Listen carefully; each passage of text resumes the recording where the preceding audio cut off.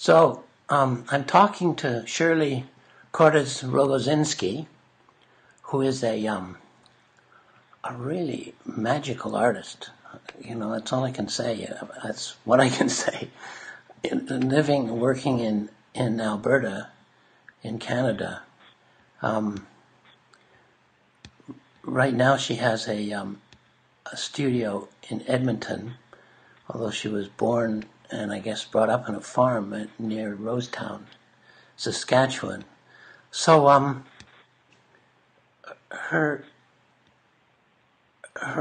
work is really linked to the soil, to the land, to as she says, she lived on the farm, she worked on the farm, she her whole self became, I would say, the part of that wide, flat prairie, that sea of land that's open in all directions.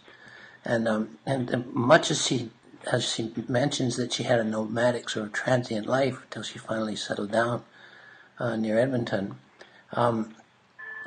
she's always carried a sense of place, her prairie, deep inside her. Is what she says about herself.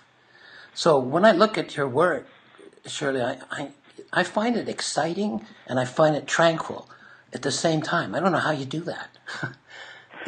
Well, I don't know myself. It just it just happens, eh? I think a lot of times I paint a lot of water, which in itself, if you're looking at water, you would get that impression. You know, it Sure. can be Yes.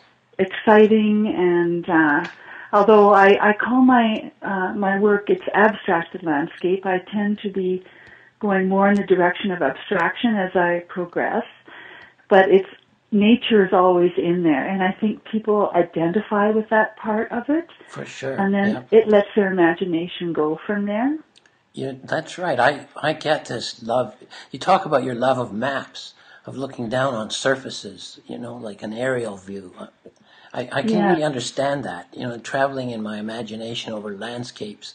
Your landscapes are decorated in kind of brilliant metallic colors.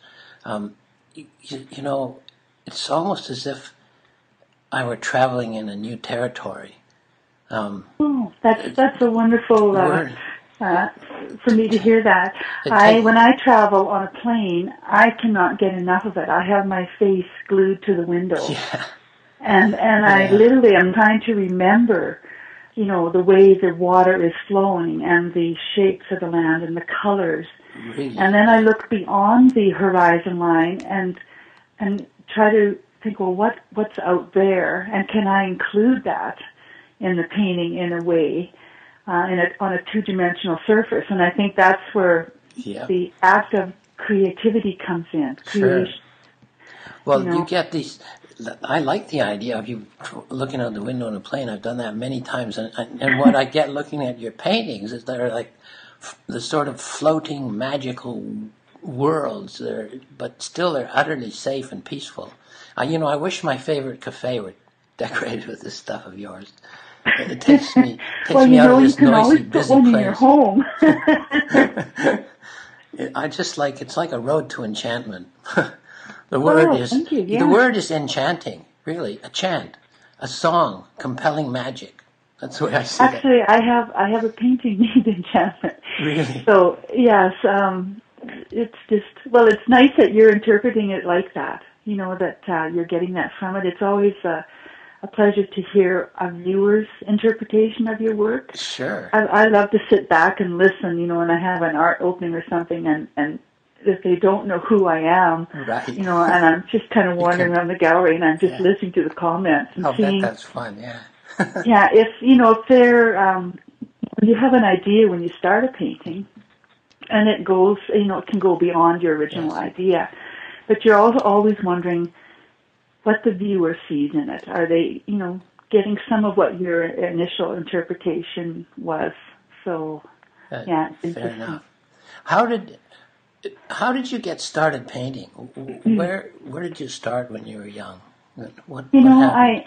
I don't even remember. I think it always was there.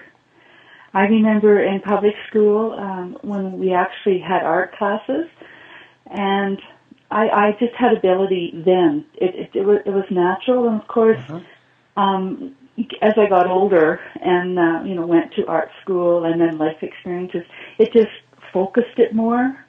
But I think that natural ability, there was some there.